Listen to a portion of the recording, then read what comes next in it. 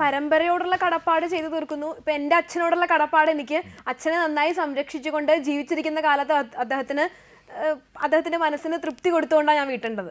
അദ്ദേഹം മരണത്തിന് ശേഷം ഞാൻ ചെയ്യുന്നതിൽ എന്താ അങ്ങനെ അല്ലാതെ സംഭവിക്കാമല്ലോ. തെറ്റിദ്ധാരണയുടെ പേരിൽ വരാം. താൽക്കാലികമായ സ്വഭാവത്തിൻ്റെ രൗദ്രത കൊണ്ട് അച്ഛനോട് ദേഷ്യം വരാം. അച്ഛൻ അനാവശ്യമായി എൻ്റെ ജീവിതത്തിലും എൻ്റെ സ്വാതന്ത്ര്യത്തിലും ഇടപെടുന്നു എന്നതുകൊണ്ട് അങ്ങനെ സംഭവിക്കാം.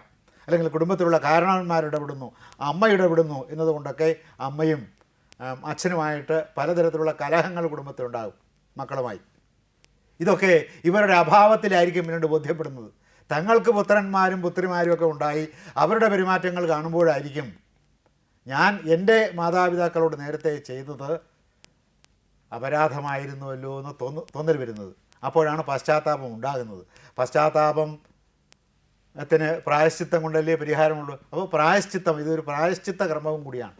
അപ്പോൾ സ്വയം ഇപ്പോൾ മന്ത്രവാദിയോ അല്ലെങ്കിൽ പുരോഹിതനോ അല്ലെങ്കിൽ ഇത്തരം ധർമ്മശാസ്ത്രപരമായ അനുശാസനമില്ലാതെ തന്നെയും ഇരുന്ന് കരഞ്ഞു പോകാവുന്ന അന്തരീക്ഷം ഉണ്ടാകും. അച്ഛനോട് ഇങ്ങനെ ചെയ്തല്ലോ, അമ്മയോട് ഇങ്ങനെ ചെയ്തല്ലോ, അമ്മാവനോട് ഇങ്ങനെ ചെയ്തല്ലോ, അല്ലെങ്കിൽ ജ്യേഷ്ഠനോട് ഇങ്ങനെ ചെയ്തല്ലോ എന്ന് സ്വയം വിചാരിച്ചിട്ട് ഏകാന്ത വേളകളിൽ, മനുഷ്യൻ്റെ ഏകാന്ത വേളകളിൽ പലപ്പോഴും നാം ജീവിക്കുന്നത് സമൂഹത്തെ ബോധ്യപ്പെടുത്തിക്കൊണ്ടുള്ള ജീവിതമാണ്. അങ്ങനെ അല്ലാത്ത ഏകാന്ത ജീവിതമുണ്ട് മനുഷ്യന്. അതുകൊണ്ടാണ് മനുഷ്യൻ പല ലോകങ്ങളിലാണ് ജീവിക്കുന്നതെന്ന് പറയുന്നത്. ഇപ്പോൾ സിദ്ധാർത്ഥ രാജകുമാരൻ ജീവിക്കുന്ന ലോകത്തല്ല നാം ജീവിക്കുന്നത്. സിദ്ധാർത്ഥ രാജകുമാരനും ഇന്ത്യയിലാണ് ജീവിച്ചത്. ഓരോ വ്യക്തിക്കും ഈ സാമൂഹികമായ തലം മാറിക്കഴിഞ്ഞാൽ ഓരോ വ്യക്തിക്കും അവനവൻ്റേതായ സ്വന്തം ജീവിതത്തിൻ്റെ നിഗൂഢമായ ആരെയും തുറന്നു കാണിച്ചിട്ടില്ലാത്ത, ആവരണം ചെയ്തിട്ടില്ലാത്ത ലോകങ്ങളുണ്ട്. ആ ലോകങ്ങളിൽ അവൻ്റെ ഏകാന്ത വേളകളിലാണ് അവൻ ജീവിക്കുന്നത്. ആ ഏകാന്ത വേളകളിൽ ഇരുന്ന് വിങ്ങിപ്പൊട്ടാനുള്ള കാരണമായിട്ട് ഇത് മാറും.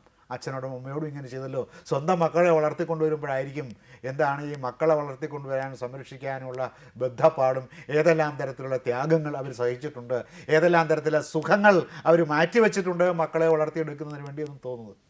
അപ്പോൾ ആ സമയത്ത് ഉണ്ടാകുന്ന വൈകാരികമായ വിക്ഷോഭത്തിൻ്റെ സ്വാഭാവികമായ ശമനത്തിന് വേണ്ടി ഈ ശ്രാദ്ധകർമ്മങ്ങൾ ഉപകരിക്കും എന്ന വർത്തമാനകാല പ്രസക്തിയും അതിനുണ്ട്. പിന്നെ മറ്റേത് മോക്ഷശാസ്ത്രത്തിൻ്റെ വകയാണ്, ആധ്യാത്മിക ശാസ്ത്രത്തിൻ്റെ വകയാണ്. ഒരുപാട് പറയാം. അതിൻ്റെ മന്ത്രങ്ങളൊക്കെ ഉദ്ധരിച്ചിട്ട് വ്യാഖ്യാനിക്കുകയാണെന്ന് വെച്ചാൽ അതിന് തന്നെ നമുക്ക് സമയം കാണും.